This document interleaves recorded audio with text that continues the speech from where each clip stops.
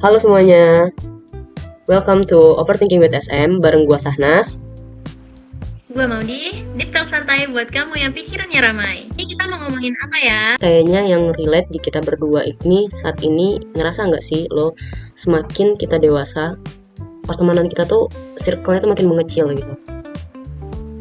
Kerasa banget sih ya. Iya. Apalagi kalau dibandingin waktu kita zaman-zaman masih SMA, terus kuliah semester muda, kuliah semester tua, itu kerasa banget sih perbandingannya. Perbedaannya jauh banget ya. Kerasa banget, jauh banget. Yang mana kayak lo ingat gak kayak dulu pas kita zamannya remaja atau ABG gitu, notifikasi WhatsApp dan sosmed yang lain itu kayak bener-bener ting ting ting ting ting. Apalagi kalau misalnya ada event tertentu kan. Iya. Kayak event misalnya mau lebaran, mau puasa gitu. Terus waktu kita ulang tahun juga. Itu kan banyak deh yang ngechat sana sini gitu. Iya. Sama apa ya, excitednya itu kayak dulu tuh bener-bener yang gila banget, hal-hal yang kecil aja tuh kita excited gitu. Tapi makin kesini semakin dewasa, yang momen yang dimana kita dulu ketika ada acara yang kita anggap itu tuh suatu momen untuk kumpul sama temen, bahkan sekarang itu kayak nggak dulu deh, gue nanti aja kumpulnya, atau males mungkin karena orangnya. Ya nggak sih, karena orangnya kadang itu kita males karena orangnya, ketemu orangnya. Yang kedua mungkin energi kita udah nggak sebesar dulu lagi. Iya benar, kayaknya gue lebih relate ke energinya nggak sebesar dulu lagi. Energinya. Dan selain kumpul kan lebih real gitu, in real life. Nah di sosmed aja itu tuh kerasa banget perbedaannya. Ingat ya sih dulu waktu lo masih remaja itu kalau misalnya lo ulang tahun pasti ngucapin story IG lo titik berasa seleb gitu ya. Iya, sekarang ya kayaknya yang inget aja kayaknya udah bersyukur ya kalau misalnya ada orang yang inget di ulang tahun. Di situ sih kerasa banget perbedaannya. Dan gue realize itu ketika ulang tahun yang misalnya let's say ke 19 ke 20 gitu. Waktu 19 tuh masih pada banyak orang yang, nggak banyak lah tapi beberapa tuh ada yang inget. Ya, tapi lumayan. Udah 20 itu ya ampun kok ini tidak ada yang ngucapin gue ya gitu. Hilang semua. Itu padahal cuma di sosmed lah, atau apalagi kalau mau ngajak hangout atau kumpul gitu nongki, itu tambah sulit dan jarang lagi sih. Benar-benar. Kalau apalagi ya kalau misalnya sekarang itu hal-hal yang menurut kita yang zaman dulu itu layak untuk diposting, sekarang lebih milih untuk nge-keep sendiri aja. Nah kadang menurut gue hal-hal itu juga yang ngebuat kita itu terasingi dari satu sama lain. Bisa jadi. Misalnya dulu hal-hal receh kita selalu upload gitu, jadi orang-orang tahu nih kita lagi apa gitu kan, teman-teman kita tahu. Nah sekarang itu kayak kita ngilang gitu dari permukaan dunia maya. Jadi mungkin teman-teman yang dulunya deket malas buat menghubungi kita karena ngerasa wah nih orang kemana ya gitu, malas untuk cari kabar karena kita sendiri pun di sosmed gak muncul gitu. Jadi timbul perasaan gak enak buat untuk menghubungi gitu.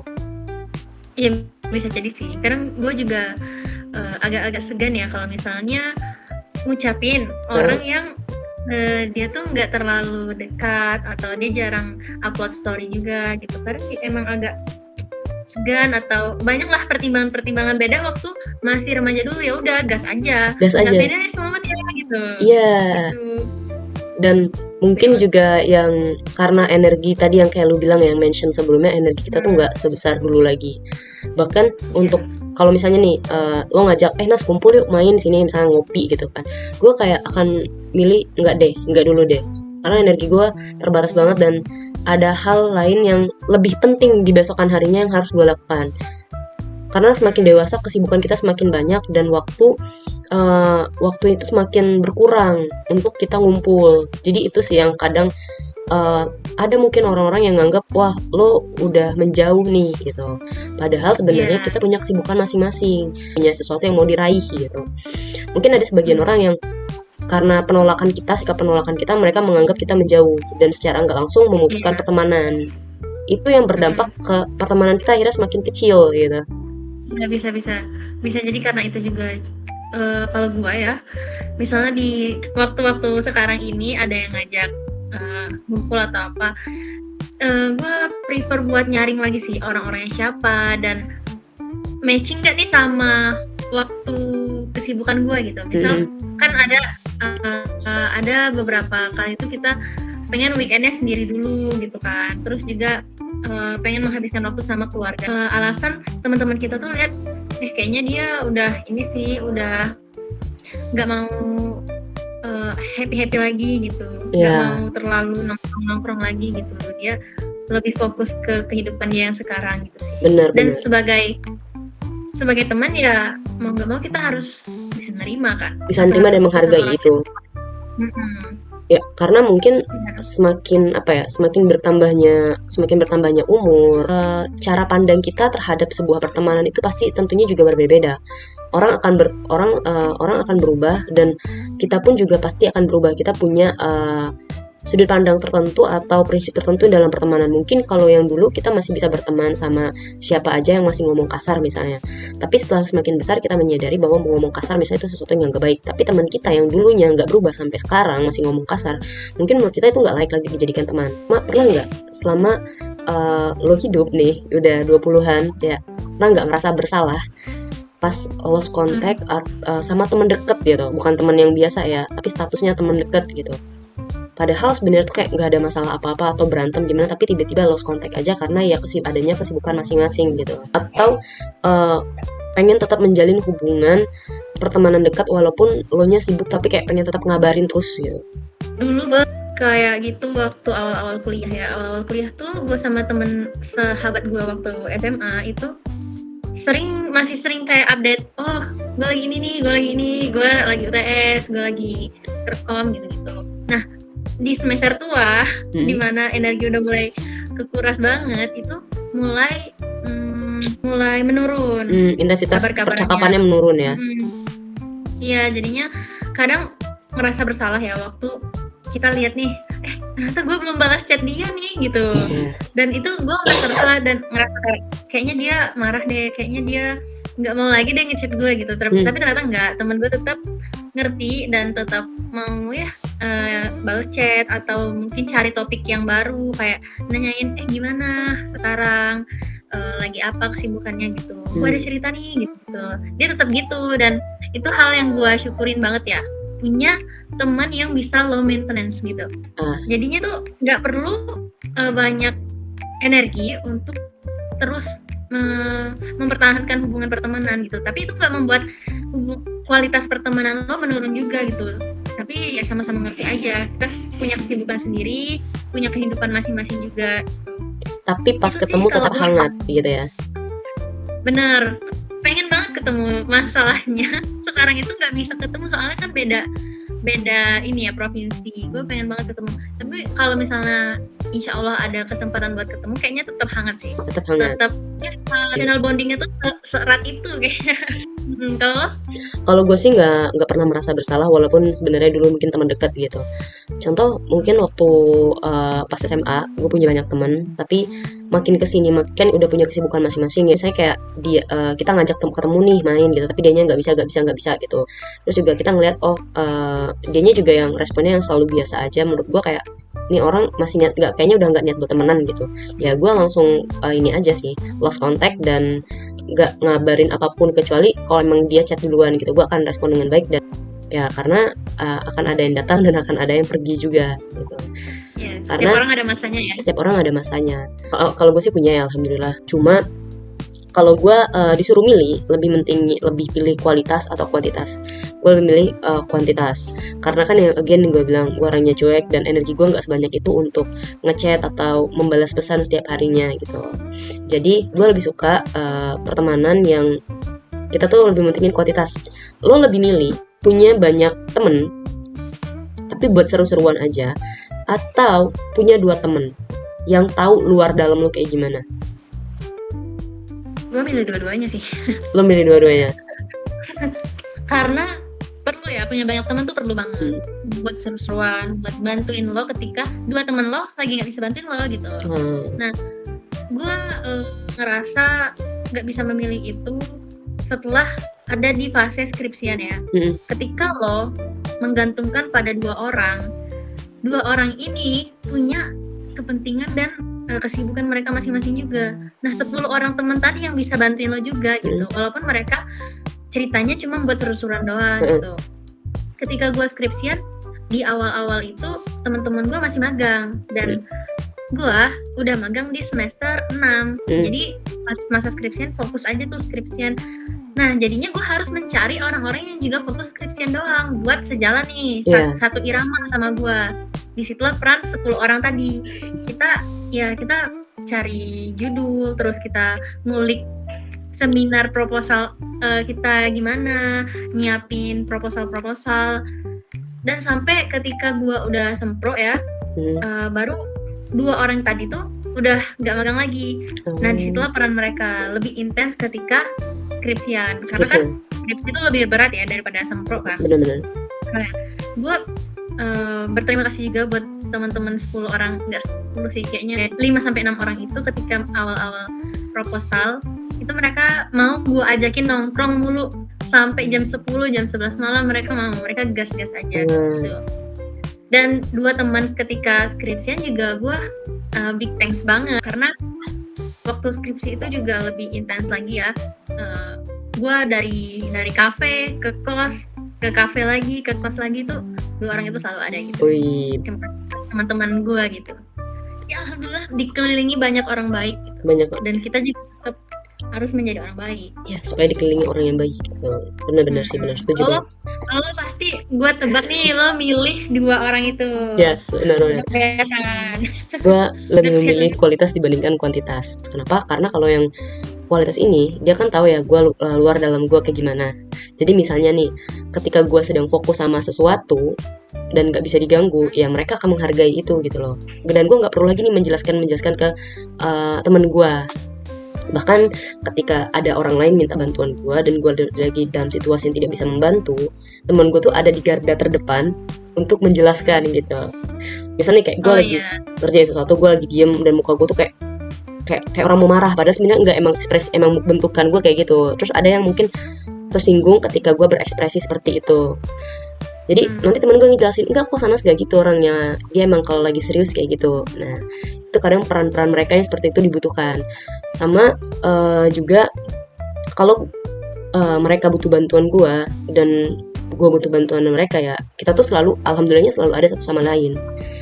Dan gue juga yang tipenya apa-apa itu nggak mengandalkan ke orang lain, nggak menggantungkan diri ke orang lain gitu. Jadi even buat skripsian sekalipun itu paling ya itu kayak aktivitas yang emang atau kegiatan yang memang mengharuskan gue untuk keluar rumah, karena kan gue nggak bisa bawa motor yang jauh gitu. Jadi untuk yang pergi jauh-jauh itu tuh paling gue ngechat teman gue minta tolong. Nah paling di situ aja, walaupun kita sama-sama skripsian nih, tapi dia masih mau nemenin gitu loh. Tapi kalau misalnya teman gue yang ini nggak bisa, teman dekat gue ini yang nggak bisa, ya gue lebih milih naik ojek, gak apa-apa mahal gitu, daripada gue menghubungi 10 orang tadi misalnya temenan biasa yang 10 orang itu. Ya gue lebih baik milih untuk teman dekat gue aja. Soalnya kalau yang temenan 10, kalau gue minta bantuan sama temen gue yang lain, yang 10 orang ini yang gak deket, yang teman biasa aja, itu tuh gue punya suatu perasaan dimana gue ada kewajiban untuk membalas kebaikannya.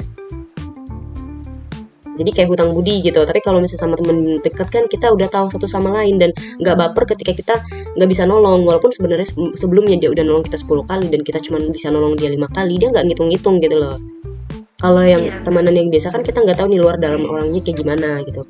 Dan ketika kita nggak bisa nolong pun dia nggak baper. Sama gue juga nggak punya banyak energi sih. Itu hal yang paling penting untuk bagi gue. Kenapa? Karena gue nggak punya banyak energi untuk punya banyak temen yang sebanyak itu. Kalau misalnya dibilang buat seru-seruan aja yang 10 orang ini enggak juga sih. Gue lebih milih buat seru-seruan sama teman dekat aja. Bisa teman dekat gue cuma 2 atau 4 orang, ya gue lebih milih seru-seruan sama mereka. Karena feelsnya itu beda. Ya, lu udah pernah nyoba? Pernah. Gue udah pernah nyoba. Feelnya tuh beda banget gitu. Jadi kok sama teman dekat itu tuh kayak berasa banget gitu loh. Ke sama temen yang biasa ini, yang 10 orang ini, itu kok gue ngerasa selama main sama mereka, kok selama 1 hari itu misalnya ya, kok gue nggak happy gitu loh. Kayak yang ada energi gue yang berkurang gitu. Dan untuk recharge-nya pun lama gitu. Jadi ya kalau buat seru-seruan gue akan milih 2 teman gue yang itu sih dibandingkan dengan yang 10. Lo pernah merasa nggak sih kalau misalnya lo temenan sama 2 orang aja, orang yang buat lo nukar pikiran itu ya terbatas cuma 2 orang aja gitu. Lo nggak ada insight baru yang di luar zona nyaman lu gitu. Nah, di luar lingkungan lu yang lu buat itu.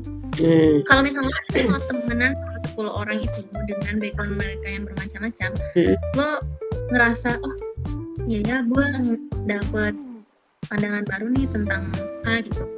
Lo pernah ngerasa gitu nggak? Nggak pernah sih alhamdulillahnya. Paling kalau gue merasa kurang, gue bisa baca buku atau gue mendengarkan podcast gitu. Itu cara gue sih. Kalau lo gimana? Kalau gue waktu semester muda perkuliahan, gue kayak lo, gue terbatas cuman di circle gue doang. Circle gue tuh ber-7 termasuk gue ya. Dan itu membuat pikiran gue tuh nggak berkembang. Maksudnya cara gue melihat seseorang nih, ya udah kalau menurut gue dan circle gue dia ini a bad person, ya udah gue bakal nilai dia bad gitu. Tapi setelah gue coba bergaul atau ngobrol banyak sama orang lain di luar circle gue bisa melihat titik baru nih dari yang a bad person tadi, yang awalnya gue kira dia a bad person, ternyata dia nggak jelek atau nggak jahat gitu. Ada kok sisi bagus dari diri dia gitu yang awalnya gue kira itu jelek. Nah di situ gue merasa oh kayaknya gue perlu nih ngobrol sama orang lain juga, menumbuhkan cara gue berpikir gitu, biar nggak stuck di situ-situ aja. Akhirnya gue waktu di semester tua gue mulai ikut nih kalau misalnya ada ajakan kita nongkrong bareng yuk, ya udah gue ikut. Tapi dari satu tahun gue pilih-pilih juga orangnya, cuman memperluas dari circle gue tadi. Gue yang awalnya kalau diajak nongkrong enggak gitu kan, sekarang ayo aku mau mencoba gitu. Dulu gue berpikirnya gitu. Dan setelah skripsi itu yang paling membuka mata gue lah ya. Kan mereka itu ikut brainstorming soal judul apa sih yang cocok dan alur proposal gue mau dibawa kemana sih gitu sih. Itu yang paling membuka mata gue tentang ini orang. Oke. Dan orang yang gue kira a bad person tadi itulah orang yang membantu skripsi gue gitu, skripsi proposal gue gitu. Tapi itu dia jatuhnya teman atau sekedar relasi aja? Teman. Gue nganggapnya teman ya, dia kayaknya nganggapnya teman juga. Awas aja kalau enggak. Pokoknya dia cowok nih, dia gue kira dia tuh dulu kayak ya gimana ya orang-orang yang superior gitu, ternyata enggak. Ternyata memang pembawaan dia aja yang begitu, cuman orangnya tetap humble dan mau atau rela banget nih nolongin orang lain dia orangnya gitu. Jadinya selama gue proposal itu brainstormingnya sama dia terus gue kan kadang ya kita kalau waktu brainstorming itu kan kayak kesini kan ya. Nah dengan adanya dia tuh yang menjaga biar tetap lurus nih loh gitu, jangan belok kemana-mana. Dia tuh kayak pagarnya ya, membatasi gitu supaya nggak keluar jalur. Karena kan gue hukum ya, jadinya tuh ini di logikanya terus yang dimainin, di pemikirannya aja, nggak pakai praktek. Jadi gue tuh fokus ke teorinya gitu waktu itu gitu. Big thanks buat orang itu. Jadi lo lebih suka tadi ya punya banyak temen supaya lo punya banyak sudut pandang yang berbeda. Iya benar. Dan kadang juga temen yang lo kira bisa bantu lo, ini temen ya, temen doang bukan temen dekat, temen yang lo kira berpotensi buat bantuin lo di suatu hal, itu enggak, ternyata dia enggak ada niatan mau bantuin lo. Nah disitulah teman-teman lainnya tuh yang nge-backup gitu. Makanya gue pengen gue tetap berteman sama orang-orang lain di luar circle gue, teman-teman dekat gue, karena itu ada nih satu teman gue yang dalam bayangan gue dia itu kayaknya enak buat tempat nanya-nanya gitu, gue sharing atau tapi ternyata ya ketika skripsi dia fokus banget sama skripsi dia sendiri karena dia punya target buat menjadi orang yang pertama kali sidang dan sidang gitu. Susah ya. Ya udah dia mencapai itu dan gue juga bahagia, good for him lah gitu kan. Cuman ya agak ya gimana, karena itu cuma di ekspektasi gue doang kan. Jadi ya pelajarannya itu, karena kalau ekspektasi pada beberapa orang, nah ketika orang itu ternyata nggak bisa, lo nanti malah benci sama orang itu, padahal itu cuma ada di ekspektasi lo, mereka bantuin lo tuh cuma ada di ekspektasi lo nggak bilang langsung ke mereka gitu. Nah, that's the point. Itulah kenapa ketika gue melakukan sesuatu, bahkan untuk sesuatu hal yang gue nggak bisa sendiri pun, gue tidak pernah, gue nggak pernah ada pemikiran untuk menggantungkan sesuatu sama orang lain, kayak atau punya ekspektasi lah sama orang lain. Karena gue belajar dari pengalaman gue waktu kecil ya, gitu. Gue SD ya, terutama gue SD itu di situ gue kayaknya turning point-nya deh, titik balik kehidupan gue walaupun masih bocil banget gitu. Gue ngelihat ketika gue bergantung sama orang itu gue selalu diremehkan gitu, dan pada akhirnya adalah sebuah penyesalan, kecewa gitu. Jadi makanya dia semakin setelah itu gue kayak oke, apapun itu hal yang gak gue bisa sekalipun, gue tidak boleh bergantung sama orang lain. Jadi makanya itu juga yang ngebentuk gue untuk lebih milih temen yang deket aja, tapi ya lebih ke kualitas dibandingkan dengan kuantitasnya. Karena gue tahu bahwa sehal nggak bisa apapun, gue akan tetap mengandalkan diri gue. Menurut lo nih gimana buat orang-orang yang sekarang nih lagi ngerasa lingkar pertemanannya makin dikit, makin kecil, dan dia merasa kesepian nih, ada tips nggak buat mengatasi hal tersebut? Aduh, gue jujur ya agak bingung untuk ngasih tips kayak gitu. Tapi kalau dari gue, satu, cari kesibukan diri. Lo join komunitas yang apa yang lo suka, misal komunitas baca buku yang mana lo bisa ketemu banyak orang di sana, tanpa mengharapkan bahwa circle pertemanan lo akan kembali seperti dulu dengan teman lo yang lama gitu. Terus yang kedua, lo bisa main berbagai macam platform untuk ngebuat lo nggak merasa kesepian lagi. Misalnya lo suka ngobrol apa? Nggak dating apps ya, Misalnya lo suka ngobrol sama orang yang mana dulunya orangnya itu adalah teman lo sendiri gitu. Cuma karena orangnya udah nggak ada, nah siapa nih yang akan jadi partner lo ngobrol? Lo bisa main platform yang sambil lo improve bahasa lo. Misalnya lo lagi pengen improve bahasa Inggris nih, ada tuh banyak platform gratis untuk lo latihan bahasa Inggris dan ketemu orangnya langsung. Gue nggak bisa ngasih tips banyak sih, soalnya gue suka sepi daripada rame. Jadi gue nggak bisa kasih banyak tips, cuman nikmatin aja waktu-waktu merasa kesepiannya, dan dari situ coba cari celah kesibukan yang berguna. Kalau dari lu gimana? Kayaknya tips gue cuman satu ini aja, soalnya udah disampaikan banyak tadi sama Sanas. Tips gue dari gue ya, kita harus menerima bahwa hidup itu terus berjalan dan orang-orang itu juga akan terus berganti. Setiap orang ada masanya dan setiap masa ada orangnya. Nah, kalau misalnya lingkar pertemanan lo yang dulunya gede atau banyak gitu menjadi sedikit, itu salah satu pelajaran hidup yang bisa lo ambil gitu.